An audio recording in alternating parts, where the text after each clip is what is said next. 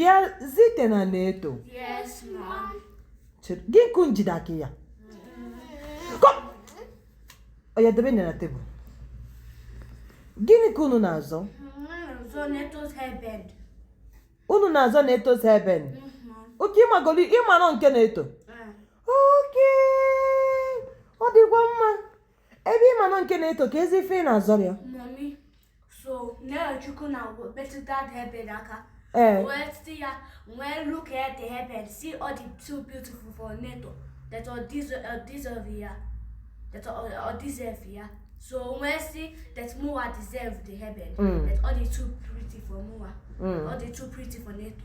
So then when Jay see now Chuku aya yamu the hairband, or put all Gilmas anymore. From now on, up for Mua. Or when see Biko hapu maka imeli neku. See. Onye can see that thing now. Okay. Onye could that thing. Now imagine this. Now hear it from my own baby sister. Okay, see, I imagine this or I hear it from my own baby sister. See, Kodiwa. See, as I was saying, you put that hairband, all the too pretty for you. That you deserve for ya. That's the prettier than you need ya. Need ya. Or when I see, first of all, it did not prettier than me. Second of all, your man will do my hairband. Third of all, this hairband that belongs to you. Actually, makuya tanda nanya. Icho? Actually, makuya. Eki makuya? Gini? Tanda nanya. Okay, chi makuya tanda nanya. Okay, tanda ki ya mwapi obulo tonda. Thank God. At least, ye mwapi ya tanda gabo beloku than tonda. Actually, makuya tanda nanya. Okay, tanda. The almighty hand of hand. Okay. Alright. Netom. Yes, mom. Oma momo. Yes, mom. Obodo oyibo. Mom. Gini. Mommy. So, before we go, sister did that. Bro. Bro na ebe ako, sister. Sister. Okay, ginka sister me.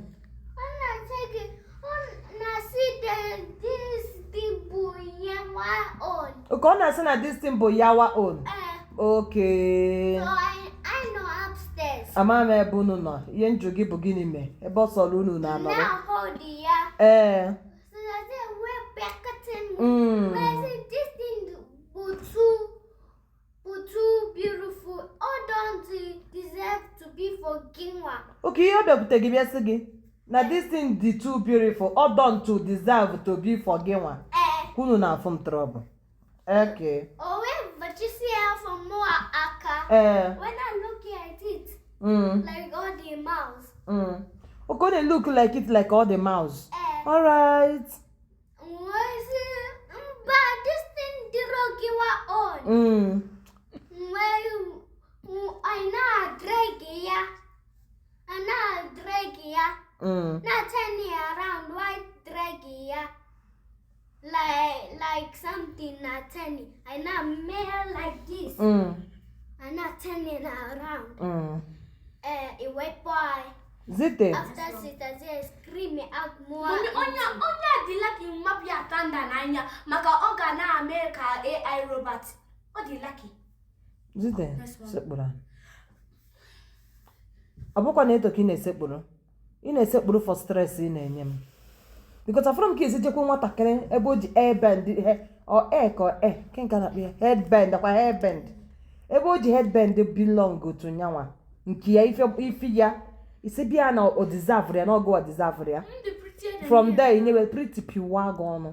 Ifu pretty ahụ ya pichafụ gị ọnụ na eto were headband enweghị stress. Chinye aka n'ebe a were headband gị jewe ebe ị na-eje. Mommy, can you forgive ya? Forgive onye? Onye bịa kịta zụta gị hairband ka ị na-ayọla ayụyọ. N'etokọta ụdịrị obi iwu, kedu ife ijije nwa obi nne gị? Kedu ife ijije nwa obi nne gị nweghị obi akpọ?